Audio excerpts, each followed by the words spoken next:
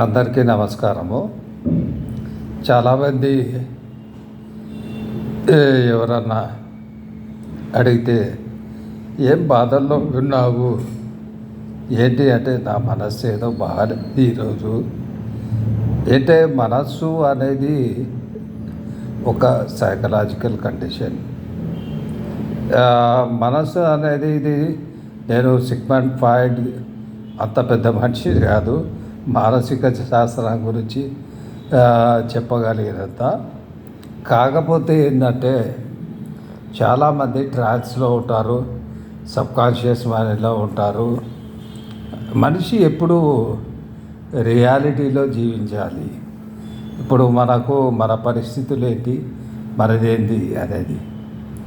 అయితే చాలామంది ఏదన్నా చిన్న విషయము, చిన్న బాధ, చిన్న కష్టం వస్తే గాబరా పడేసి నా మనసు వికలం చెందింది, ఆ పలానా వ్యక్తి ఇట్లా చేశాడు అనే అది అంటాడు. అయితే ఎప్పుడు ఒక్కడు గుర్తుపెట్టుకోవాలి, ఎప్పుడు కానీ ఏ విషయాన్ని కానీ మైండ్లో ఒక మా చెడు ఆలోచనలు కానీ, తర్వాత మనకు గతంలో జీవితంలో జరిగిన ఏ విషయాలైనా కానీ వచ్చే చెడు విషయాలు అవి ఏవి మనసులో పెట్టుకోకూడదు. మనిషి ప్రశాంతంగా ఉంటే పనులు బాగా చేసుకుంటాడు. గతం ఎప్పుడో ఏదో జరిగింది అది మనసులో పెట్టుకొని ఇదిని తెచ్చుకొని వేరే వాళ్ళని హింసించడము, వేరే వాళ్ళను అనడము అది మహా తప్పు.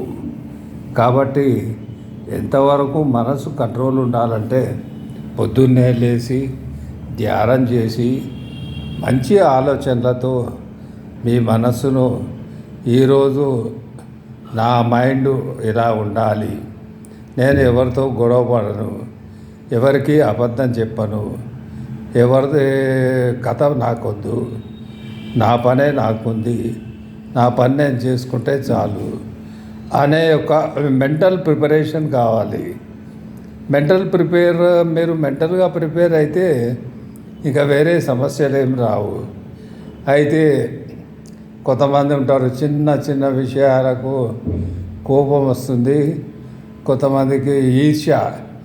ఎవడో వాడు డబ్బు సంపాదించాడు, వాడు మెర్సిడెస్ బెంచ్ కారు, ఇది కూడా తప్పే. ఇటువంటి టైప్ ఆఫ్ ఆలోచన మనిషికి రాకూడదు. నీ అదృష్టం బాగుంటే నువ్వు కూడా మెర్సిడెస్ బెంచ్ కారు కొనొచ్చు, కాకపోతే దానికి కష్టపడాలి. అది తెలుసుకోండి. ఎవరో డెవలప్ అయ్యాడని వాడితో పోల్చుకోవడం కాదు, వాడు చేసిన హార్డ్ వర్క్ ఏంటి అనేది మీరు తెలుసుకోవాలి.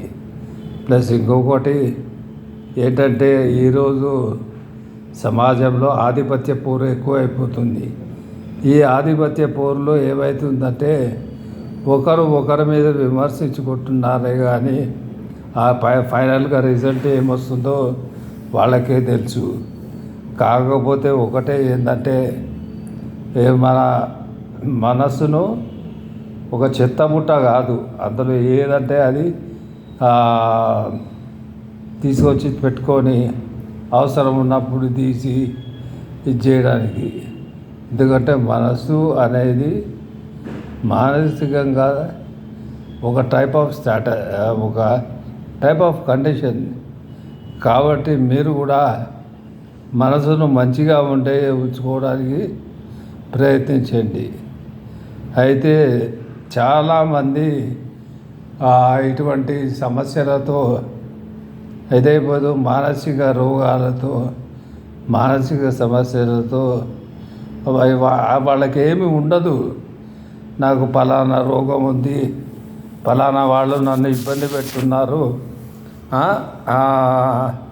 పలానా వాళ్ళు నన్ను ఇలా అంటున్నారు, నేను మంచి మనిషిని. నేను మంచి చెడు అనేది 10 పక్కన పెట్టండి. ఫస్ట్ మీరు సాటిస్ఫై కావాలి. మీరు మానసికంగా గట్టిగా ఉంటే అన్ని విషయాలు బాగుంటాయి. ఇప్పుడు మీరు మెంటల్లీ స్ట్రాంగ్ ఉంటే ఇప్పుడు మీ ఆలోచనలు కూడా వేరే ఉంటాయి.